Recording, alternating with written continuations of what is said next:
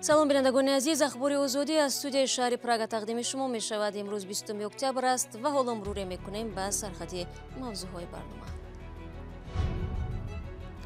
модари Иззатамон ҳуқуқшиносӣ ҳамакнун маҳкум шуда умедвор аст ки раиси ҷумҳури Тоҷикистон ба парвандаи писараш дахолат мекунад. парванди ман ягон гуноҳ надорад. фақат ҳамин чанд соле ки дар ҳамон дурастия фақат ҳамин хизмати мардумам мекунад. имрӯз ҳайати расмии Толибон барои музокирот бо намояндагони 10 кишвари дунё вориди Москав шуд. ва бунёди нирӯгоҳҳо ҳам асар накард. сокинони ноҳияи Рӯдакӣ мегӯянд набудани барқ зиндагии онҳоро мушкил намудааст. 5-6 геса кардай аяр бурой ки кардигиай плинак барқ метем ина роғун дар тифугмон геси нолак дар тифугмон надорем барқ. модари Иззатамон ҳомии ҳуқуқи муҳоҷирони тоҷик ки дирӯз ба зиндон маҳкум шуд умедвор аст писарашро афв мекунанд. ӯ имрӯз дар як суҳбат бо радиои Озодӣ аз бегуноҳии фарзандаш ва корҳои хайри ӯ дар ҳаққи муҳоҷирон ёдоварӣ кард. Алишер Зарифӣ ва Шаҳлои Абдулло ба назди модари Иззатамон рафта буданд.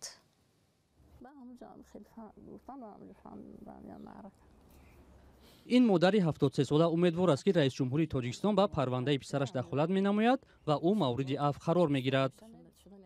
ӯ модари Иззатамон ҳомии ҳуқуқи муҳоҷирон аст ки дирӯз ба 9 соли зиндон маҳкум шуд. иншоалло озод мешавад, иншоалло ҳама кораш ба неки омадагӣ гуфтам. аввал ман хеле хак зиқ шудам, хак гираю нолаю худо дазора кардаму ва ҳам хеле гуфтам ҳоли ба умедам аз худо умед дорам. ӯ аз ҷузъиёти парвандаи писараш огоҳии зиёд надорад. фарзандонаш аз тарси бемории фишори баланди хун то охирин лаҳза аз маҳбас шудани Иззатамон ва қарздории писараш ба ӯ хабар надоданд. бисёри ҳамаш дурӯғай аст бата дурӯғай хеле одами ҳақхӯр хеле одами қуръон мехона медона ҳама бадунекая ин қарздор мешуд пули мардума мехӯрд мегирифта ӯ қабалои ё пули ёфтагӣ дар он растия иқа хизмати мардума хизмати ҳамин дӯстоша кард. Иззатамон ҳомии ҳуқуқи муҳоҷирони тоҷикро ки баҳори имсол аз Русия ихроҷ ва дар Тоҷикистон дастгир шуд ба гуноҳи қалобӣ ба миқдори махсусан калон маҳкум карданд. худаш ки аз мунтақидони ҳукумати Тоҷикистон аст мегӯяд гуноҳе накардааст. вакили мудофеъ ва наздиконаш ҳам ҳукми додгоҳи шаҳри Душанберо ғайриқонунӣ медонанд. масъулони додгоҳи шаҳри Душанбе то ҳол нагуфтанд ки чаро бо вуҷуди ҷуброни маблағи даъвогарон қонуни афв нисбат ба Иззатамон татбиқ нагардид. бар асоси қисми 4 моддаи 247 кодекси ҷиноии Тоҷикистон ки Иззатамон бар асоси он муҳокима шуд ӯро метавонистанд афв кунанд, коре ки нашуд ва суоли зиёдеро дар бораи парвандаи қалобӣ барангехт. мақомот дар вилояти Хатлон гуфтанд ки захмӣ шудани як зан дар хонаи Азизулло Соҳибов раиси ҷамъияти Тоҷик матлуботро таҳқиқ доранд. ин зан ки дар рӯзи пеш аз гарданаш захмӣ шуда буд аз бемористон рухсат шудааст. ин ҳодиса замоне таваҷҷӯҳ ҷалб кард ки он дар манзили Азизулло Соҳибови 50 сола бародари Зоир Соҳибов ва амаки Шамсулло Соҳибов домотои Эмомалии Раҳмон президенти Тоҷикистон рух дод. ҳамкорам Мумин Аҳмадӣ барои тавзеҳи бештари мавзӯъ дар студия ҳамроҳи ман қарор дорад. Мумин салом. хуб, ҳодиса кай рух додааст ва сабаби захмӣ шудан чӣ аст? то ҷое ки мо хабар ёфтем сабаби рух додани ҳодиса маишӣ аст. ҳодиса шоми рӯзи 10 октябр дар маҳаллаи Ламаносифи шаҳри Бохтар рух додааст.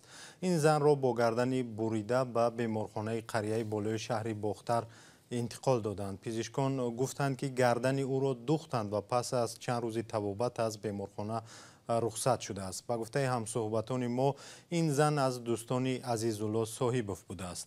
худи Соҳибов Азизулло раиси Тоҷик матлубот гуфт зане ки дар хонаи ӯ маҷрӯҳ шудааст худашро бо корд задааст ва касе дар ҷароҳат бардоштани ӯ даст надорад.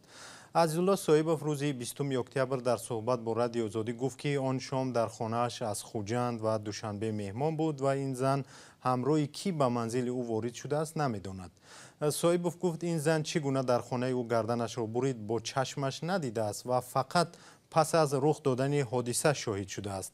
Азизулло Соҳибов гуфт то ҳанӯз касе аз ӯ дар робита ба ин ҳодиса баёнот нагирифтааст. рӯзи 20 октябр дар идораи корҳои дохилии шаҳри Бохтар ҳодисаро тасдиқ карданд, вале гуфтанд онро раёсати корҳои дохилии вилояти Хатлон таҳқиқ дорад. дар раёсати корҳои дохилии вилояти Хатлон иддао карданд ки ҳодиса дар ҳудуди Бохтар рӯй додааст ва масъулияти таҳқиқ ба дӯши онҳост. عزیزالله صاحبوف در شهر باختر قرغانتپه سابق زندگی میکند و سالها باز رئیس جمعیت تاجیک مطلوبات ولایت ختلان است. خب به طور میبینه مومین این حادثه 10 روز پیش رخ داده است، ولی چرا جزئیات آن دیر یعنی حالا دسترس شد؟ ببینید که شهلا معمولا در تاجیکستان حادثه هایی که با شرکت منصبداران یا نزدیکان آنها رخ میدهد با احتیاط بررسی میشوند و مقامات نیز از آشکار کردن آنها هراس دارند. در چنین حالت برای ژورنالیستان وقتی زیاد لازم می شود که جزئیات و تصدیق یا رد این حادثه ها را پیدا کنند. خانواده صاحب‌ها در ولایت ختلان از نفوذ خاص برخوردارند. آنها صاحب 10 نوع تجارت در تاجیکستان هستند. بازار بزرگ حاجی شریف در شهر باختر و شرکت فراز که حالا با نام‌های دیگر 10 نوع تجارت دارد منسوب این خانواده دانسته می شود. آغاز این حادثه در شهر باختر زود پنهان شد، ولی برای پیدا کردن جزئیات آن وقتی بیشتر لازم شد. سپاس برای صحبت. بینندگان عزیز، همکارم مومین احمدی درباره یک ماجرا در خانواده عزیزالله صاحبوف، یکی از عائله معروف صاحبوف صحبت می‌کرد.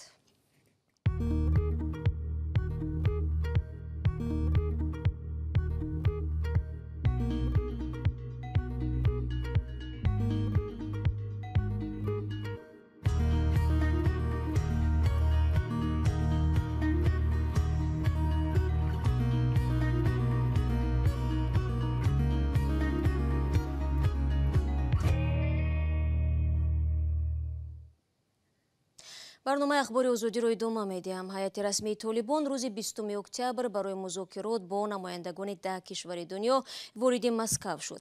هیئت مذکور را که عبدالسلام حنفی معاون نخست وزیر طالبان رهبری میکند به مهمانخانه بزرگ پرزیدنت هتل در شهر مسکو برده شدند.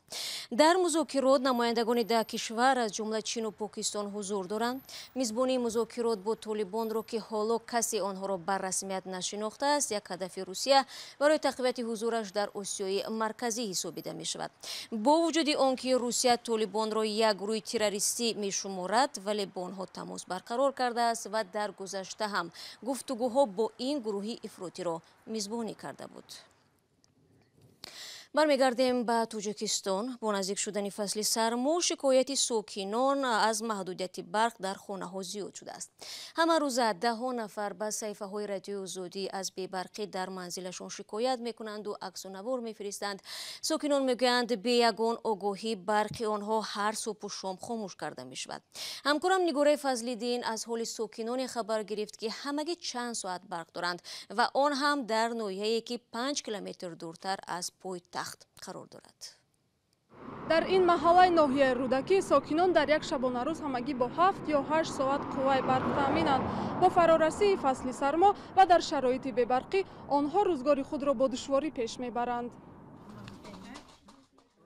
در این خانواده بیش از 20 نفر زندگی میکنند. 10 روز آخر آنها مجبورند خوراک و چای را در آتشدان آماده کنند. خاکم قوی برق ما استفاده نبریم. 5-6 گس کرده ایار برای کی کردگی پلیدک برق میتیم ای هیچی کم چی نیستیم دودستیم آمده با میگیرند این نمیتین میتیم همه رو میتیم نکی بتیان قوی برقه ای خودمون این راغون در تیفوگمون گس اینولک در تیفوگمون نداریم برق چی کار کنیم؟ محله جلال‌الدین رومی حدود 200 خانواده دارد و همه آنها در همین احوال به سر میبرند. هرچند این دهه همگی در 5 کیلومتری پایتخت جایگیر است. حالا بجز از دوشنبه و مرکز ولایت ها تقریبا در همه مناطق به گفته ساکنان انتقال برق با محدودیت صورت میگیرد. ولی مسئولین شرکت برق تاجیک لیمیت را رد کرده قطع برق را با کارهای تعمیر ربط میدهند. با گفته ساکنان نبودن برق زندگی آنها را مشکل کرده است.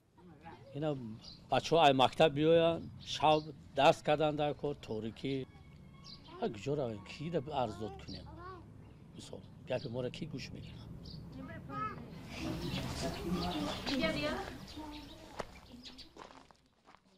ما گوده که میده داریم نه 1.8 دگوره خیلی کنیم کمرم 3000 خریدیم میرسه نمیرسه یک تا دو پیش خونه پیشکل اون میکنیم.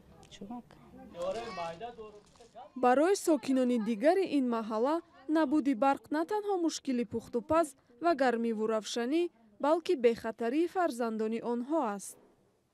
мисол свет боша дар хонаам авқот карда хонарам гарм мекунем, мисол духовка гиро мекунем, авқот мекунем дар хона, хонаам гармак, мисол гудако телевизор тамошо дар хонаи гармак, вақти шуда дарсшон тайёр мекунам, вақти шабо хоб меравам, вақти шабо хеста мактаб меравам.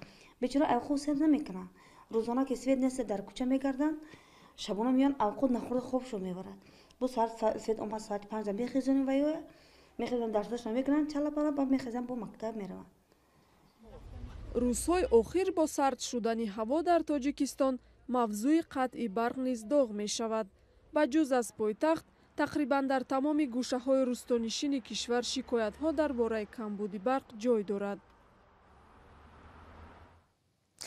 шиква аз маҳдудияти барқ дар ҳолест ки фурӯши ангишт дар дуконҳои вилояти Суғд ҳам назар ба 1 соли пеш то 100% боло рафтааст. ҳоло сокинон барои омодагӣ ба зимистон 1 килограмм ангишти дохилиро тақрибан 2 сомонӣ ва ангишти қирғизиро то 3 сомонӣ харидорӣ мекунанд. Фарзон Муҳаммадӣ мавзӯро идома медиҳад. Турғунбой Турсунов, сокини ноҳияи Ҷаббор Расулов, аллакай бухориҳои бобоиро дар ҳавлияш насб карда, вале ба фарқ аз солҳои қаблӣ ӯ имсол бештар тапак ё худ порӯи чорвоҳои хонагиро барои сӯхтан захира намудааст. ин ноҳияи шимоли Тоҷикистон бо ноҳияи Исфанаи Қирғизистон ҳаммарз аст ки дар он ҷо кони ангишти сулукта мавҷуд аст. онҳо мегӯянд дар гузашта ангиштҳои ҳамсоякишварро бо нархи дастрас мегирифтанд, вале имсол натавонистанд бихаранд. ҳозир мо захира кардем хока полоча кити хӯмир намегирем хокаш арзонтар чем ҳозир хока 1 сомон. Малика Раҷабова, сокини дигари ин ноҳия, ҳоло ночор бо барқ хонаҳояшро гарм мекунад. вай ҳоло сӯзишворие надорад ки бухориҳояшро насб кунад ва интизори фиристодани маблағи писараш аз муҳоҷират аст. ҳаво 2-3 рӯзи охир хунук шуд. ният доштам бухории бобоиро насб кунам, вале дидам ки ангишт аз соли гузашта намондааст, баъд нагузоштам. ҳар сол ҳамин вақт ман ангиштро захира мекардам, вале имсол ба сабаби гаронияш натавонистам бихарам. 1 тонна ангишти хуб ҳоло қариб 3000 сомонӣ шуда истодааст.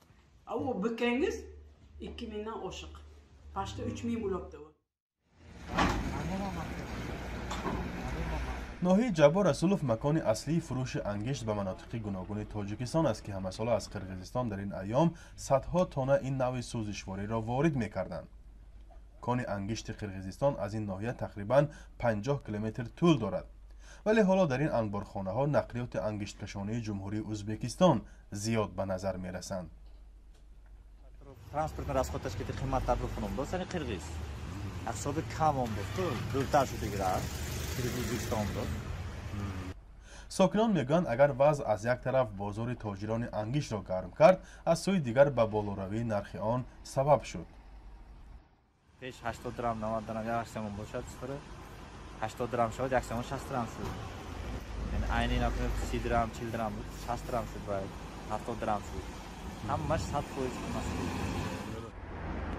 тоҷирони ин навъи сӯзишвории муҳим дар фасли зимистон дар вилояти Суғд мегӯянд талаботи мардум барои зимистонгузаронӣ бештар ба ангишти Қирғизистон аст. ҳарчанд ангишти дохилӣ арзонтар аст, вале бинобар пастсифат буданаш онро дар шароити хона истифода кардан зиёновар будааст. Фарзон Муҳаммадӣ, Радиои Озодӣ, ноҳияи Ҷаббор Расулов.